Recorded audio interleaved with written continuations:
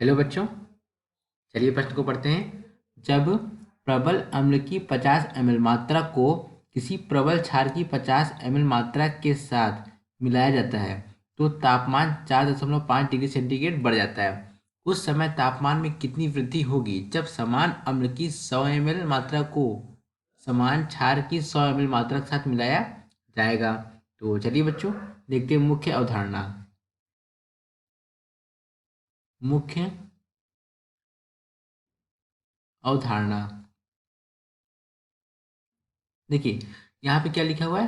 प्रबल अम्ल तथा प्रबल क्षार लिखा हुआ है। हम क्या करेंगे, देखिए यहाँ पे अगर मान लेते हैं हमारे पास प्रबल अम्ल क्या है, हमारे पास HCl है। क्या है? HCl है। प्लस प्रबल क्षार क्या है? NaOH है। तो यहाँ पे हमें इन दोनों मिलके क्या देंगे? ये दोनों मिलके हमें देंगे NaCl प्लस H2O। तो इस प्रकार की अभिक्रिया को क्या बोलते हैं? उदासीनीकरण अभिक्रिया। उदासीनीकरण उदासीनीकरण अभिक्रिया बोलते हैं। क्यों? क्योंकि बच्चों इन दोनों ने क्या किया? लवण का निर्माण कर लिया है और लवण हमारा कैसा? उदासीन है। तो इसका बच्चों इसका इसका कितना अमाउंट है? इसका है ये 50 ml प्रबल अम्ल है तथा 50 ml क्या है हमारा? ये प्रबल क्षार है। तो जब ये दोनों अभिक्रिया किए तो अभिक्रिया करने के तत्पश्चात क्या हुआ कि जो डेल्टा एच का मान होता है, डेल्टा एच क्या होता है बच्चों? एंथैल्पी परिवर्तन। अभिक्रिया में जो एंथैल्पी परिवर्तन का मान कितना होता है?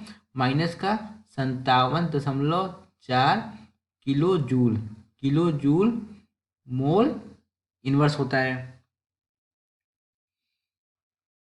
किलो जूल मोल इनवर्स हो गया। तो अब यहाँ पे ये देखिए कि जो HCl का कौन सा आयन प्रभावी होगा? H+ ion. तथा NOH में कौन सा प्रभावी होगा? OH आयन मिलके। ये दोनों मिलके क्या देंगे बच्चों? ये दोनों मिलके देंगे H2O का निर्माण करेंगे। तो ये कैसा है? ये उदासीन है। अब यहाँ पे कह रहा है कि देखिए यहाँ पे जो तापमान में परिवर्तन हुआ है कितना किया? तापमान जो वृद्धि हुई कितनी? 4.5 डिग्री सेंटीग्रेड की वृद्धि हुई है। तो अब यहाँ पे देखिए इसका जो मात्रा कितनी दी गई है? 100 ml अम्ल की, 100 ml क्षार की। तो यहाँ पे देखिए अगर हमारे पास देखिए 100 ml अम्ल है, यानी कि जो H+ आयन होगा तथा OH आयन होगा वो क्या होगा? 100 ml। यानी कि देखिए ऐसे देखिए H+ है तथा NaOH है। तो इसका कितना अमाउंट है? इसका 100 ml है और 100 ml क्या है बच्चों? ये क्षार है। तो ये हमें मिलकर क्या देंगे? ये हमें मिलकर देंगे NaCl प्लस H2O देंगे। तो यहाँ पे देखिए ये H+ OH आयन प्रभावी होगा तो ये मिलकर क्या करेगा? H2O देगा था। तो ये कैसी अभिक्रिया होगी? ये भी हमारी उदासीनी अभिक्रिया होगी। तो अब ये देखिए कि यहाँ की इसके लिए, इस अभिक्रिया के लिए डेल्टा एच का जो मान होगा कितना होगा? -57.4 किलो जूल मोल इनवर्स होगा। तो देखिए डेल्टा एच बराबर क्या होता है? डेल्टा एच बराबर होता है NCP डेल्टा टी होता है। अगर यहाँ पे डेल्टा एच हमारा क्या है? समान है। डेल्टा एच दोनों अभिक्रिया में समान है। डेल्टा टी क्या है? ताप में परिवर्तन या तापमान में वृद्धि। तो तापमान में वृद्धि कभी क्या होगी? समान होगी। तो जब हम देख रहे हैं कि यहाँ पे जब हमने अमाउंट यानी कि जो मात्रा चेंज कर दी, यानी अम्ल की मात्रा यहाँ 100 ml ले ली, अम्ल और क्षार की 100 ml ले ली, और यहाँ पर भी कितनी ली?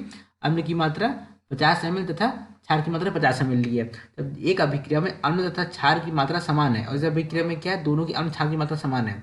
तो इनके लिए जो डेल्टा एच का मान है वो भी क्या है? समान है। दोनों अभिक्रिया के लिए क्या डेल्टा एच का मान समान है? दोनों अभिक्रिया डेल्टा एच का मान समान है, यानी कि जो डेल्टा परिवर्तन है तापमान वृद्धि डेल्टा टी का जो मान होगा वो भी क्या होगा? समान होगा। तो इस अभिक्रिया के लिए डेल्टा टी का मान क्या होगा?